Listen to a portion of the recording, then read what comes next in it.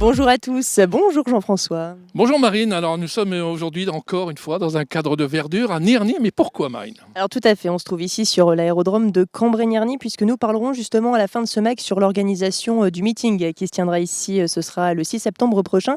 Mais avant cela, d'autres sujets présentés par vous aussi Jean-François. Oui, je vais me rendre tout de suite au lycée Paul Duet pour rencontrer des jeunes qui participent aux Olympiades des sciences et j'y vais de ce pas. Allons-y. Michel Molina, bonjour. Oui, bonjour. Vous êtes professeur au sein donc, du lycée Paul Duet. Dans quelle classe nous trouvons et qu'est-ce qu'on y fait? Alors, nous sommes au sein des sciences de l'ingénieur du Bac S. Le Bac S a deux options, sciences de la vie et de la terre, SVT, ou sciences de l'ingénieur, SI. Ici, nous faisons les sciences de l'ingénieur, donc une partie du Bac S. Alors, qu'est-ce qu'il y a comme exemple concret dont on pourrait illustrer, pardon? Alors, au sein des sciences de l'ingénieur, les élèves ont à présenter un projet en fin d'année devant un jury. Ils y travaillent 70 heures individuellement, donc en groupe, mais individuellement 70 heures chacun pendant toute l'année.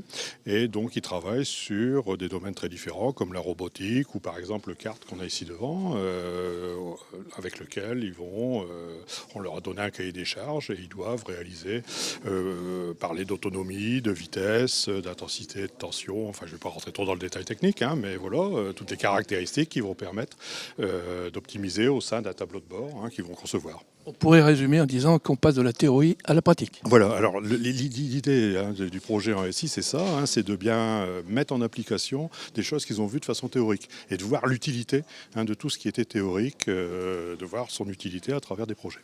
Bien, merci Michel Molina. On va d'ailleurs tout de suite voir un autre cas concret avec Michel Patin et ses élèves.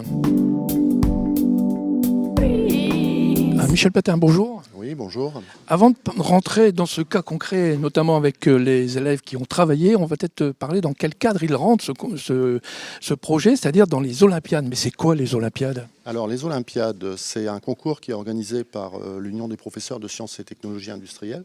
C'est un concours national donc, qui est proposé tous les ans aux élèves des filières S, sciences de l'ingénieur, ou STI 2D.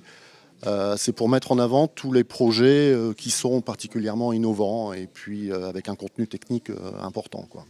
Mais qui correspond quand même à ce qu'ils apprennent tout au long de l'année. Ce n'est pas une invention pure mise au jour comme ça. Alors ça s'inscrit directement dans leur projet d'examen du baccalauréat. Mais les Olympiades, ce n'est pas du tout une obligation, bien sûr. Ça concerne directement les meilleurs projets où on sent qu'il y a le potentiel pour les inscrire aux Olympiades.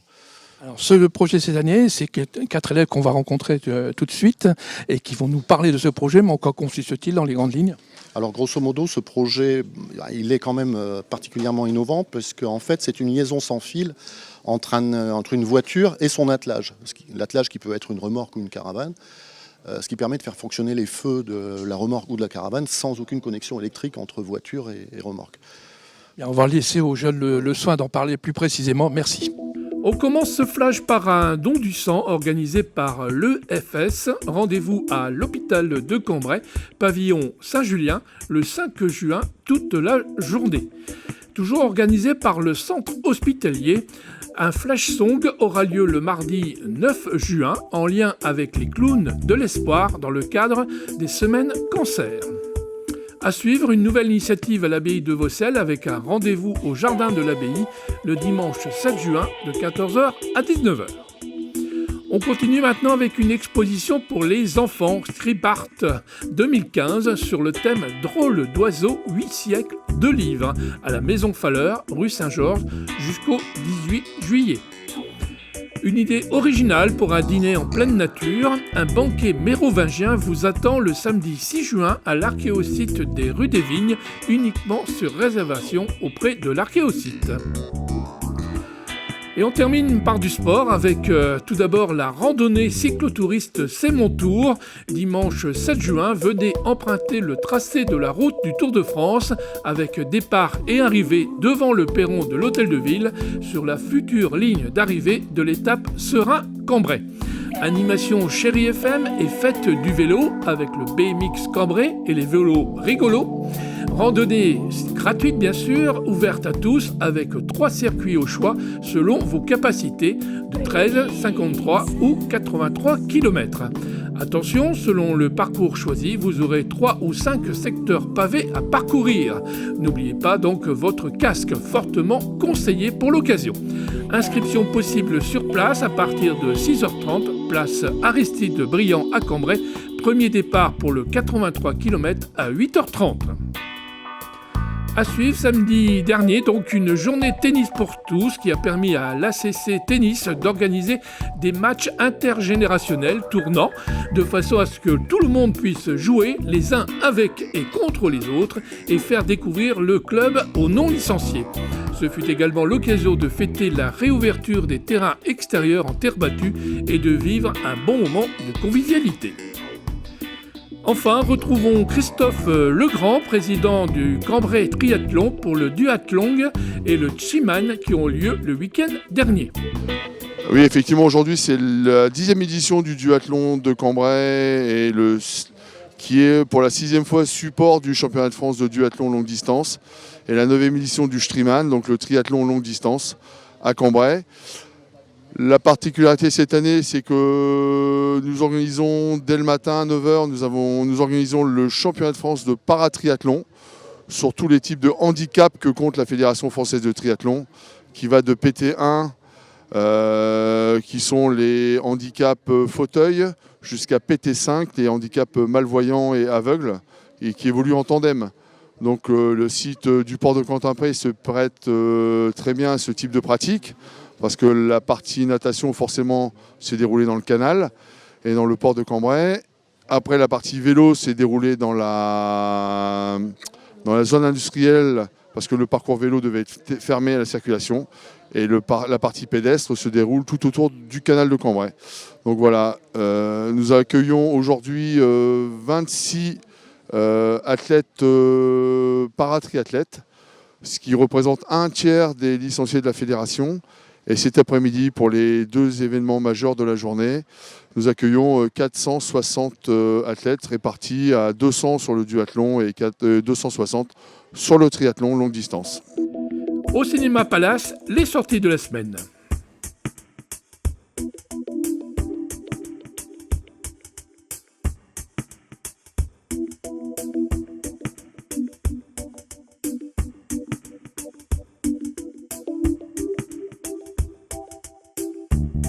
Elisa, bonjour. Bonjour. Alors, peut-être que vous pourriez raconter comment vous est venue cette idée à 4. Eh bien, on a d'abord eu la présentation de l'idée par les professeurs qui nous ont donné une problématique à laquelle on a dû répondre. Donc d'abord, on s'est concertés tous les 4, on s'est assis, on a discuté, savoir quel problème on devait résoudre. Et ensuite, on s'est partagé les tâches et on a avancé comme ça en fait. Et vous avez mis combien de temps pour aboutir ? Un sacré bout de temps quand même, ça nous a pris... normalement, ça doit nous prendre 70 heures pour le bac, donc là, ça fait 6 mois. Ouais. Alors, avec David, on va parler peut-être plutôt du fonctionnement. Est-ce que tu peux nous expliquer comment fonctionne cette innovation ? D'accord. Alors en fait, les prises de remorque souvent s'oxydent et après les informations sont plus valables. Les clignotants ne fonctionnent pas correctement et les stops ne s'allument pas au bon moment.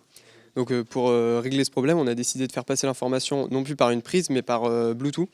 Donc en fait, on envoie l'information de la voiture jusque la remorque par Bluetooth. Et en ce qui est de l'énergie, c'est avec une batterie qui est sur la remorque qui est rechargée par une prise par induction. David, tu peux peut-être, maintenant qu'on a vu le contexte général, nous expliquer un peu plus en détail en montrant un petit peu ce qui se passe. D'accord. Alors en fait, tout d'abord, on a refait le calculateur de la voiture. Donc là, c'est le bout de la maquette qui représente la voiture. Donc à l'intérieur, on a mis tout ce qui concernait les clignotants, comment elles fonctionnaient, comme un calculateur normal. Là ensuite, à côté, on a un petit boîtier avec l'émetteur Bluetooth, donc il va envoyer les signaux. Et de l'autre côté, donc sur la remorque, la partie remorque de la maquette, on va voir le récepteur. En fait, c'est comme entre 2 portables quand on échange un fichier. C'est le même système Bluetooth. Et on va le récupérer sur le récepteur de la remorque et redistribuer dans les clignotants, l'énergie. Bien, avec Adrien, on va parler peut-être de la connexion. Comment on raccorde tout ça ? Alors, c'est exactement le même système qu'une ancienne prise. Donc, on peut remarquer que les 2 prises sont exactement presque pareilles, excepté qu'il manque les broches, qu'on n'a plus les broches. Donc on a une partie fixe, et donc elle se branche tout à fait comme une autre partie. On a juste à la mettre dedans, et voilà. Et la prise permet de faire passer l'énergie. Ok. Eh bien, merci à vous quatre, toutes ces explications. En tout cas, ça fonctionne. Et maintenant, on va tout de suite retrouver Marine à l'Union aéronautique du Cambrésis avec Philippe Massé. Nous sommes maintenant ici à l'aérodrome de Cambrai-Gnerny puisque nous allons parler du meeting qui sera organisé en septembre sur l'aérodrome, mais plus précisément à l'UAC de Cambrai. Alors Philippe Massé, son président, bonjour. Bonjour Marine, bonjour à tous. Oui, c'est vrai que le 6 septembre, on va faire un grand meeting aéronautique dans les pures traditions justement du Cambrésis, puisque depuis Blériot, j'ai toujours dit, c'est une terre d'aéronautisme. Et oui, c'est vrai que ça se passera principalement à l'Union aéronautique du Cambrésis, mais j'associe toutes les associations aéronautiques de la plateforme de Cambrai-Gnerny sur l'événement. En effet, ils seront tous partenaires et c'est important de le souligner. Donc on rappelle que sur l'aérodrome ici de Cambrai-Gnerny, on retrouve le centre de modélisme à côté également et puis le centre aussi de vol à voile. Donc tout le monde se mobilise pour participer en tout cas à l'événement. Alors qu'est-ce qu'on va trouver ici le 6 septembre prochain ? Eh bien d'abord on va trouver ce que vous avez oublié Marine, c'est-à-dire qu'il y a d'autres associations, c'est les constructeurs amateurs, c'est aussi les paramoteurs, c'est important de le souligner. Eh bien on va trouver d'abord forcément la patrouille de France et toutes les grandes patrouilles, les grandes présentations de l'armée de l'air, puisque vous savez qu'ici, l'armée de l'air est chez elle ici, puisque depuis la fermeture de la base, c'est devenu leur lieu de culte dans le Cambrésis. Et je peux vous annoncer déjà qu'il y aura une centaine de pilotes tigres, donc des traditions tigres qui sont là, et peut-être avec le chef d'état-major de l'armée de l'air. Alors combien approximativement d'avions au total, de pilotes, vous l'avez dit, une centaine ? Alors une centaine de pilotes c'est sûr, une cinquantaine d'avions avec des belles présentations de l'armée de l'air française mais aussi d'armées étrangères et des grandes présentations d'avions de collection, de patrouilles acrobatiques, des parachutistes. On aura des montgolfières. Je pense que toutes les pratiques de la troisième dimension, l'altitude en somme, seront représentées. Alors ce qui va être intéressant à voir, c'est qu'il y aura vraiment de tout, quoi, des avions aussi bien anciens que des avions beaucoup plus modernes. Ah oui, puis dans les plus modernes, je pense qu'on aura peut-être des surprises, mais je vais les réserver. Et en tout cas, on aura de l'aéromodélisme à la patrouille de France, en passant par Rafale, Mirage, et puis des Yak, des avions de la Deuxième Guerre mondiale, voire de la Première Guerre mondiale. Je suis encore en négociation sur certaines patrouilles.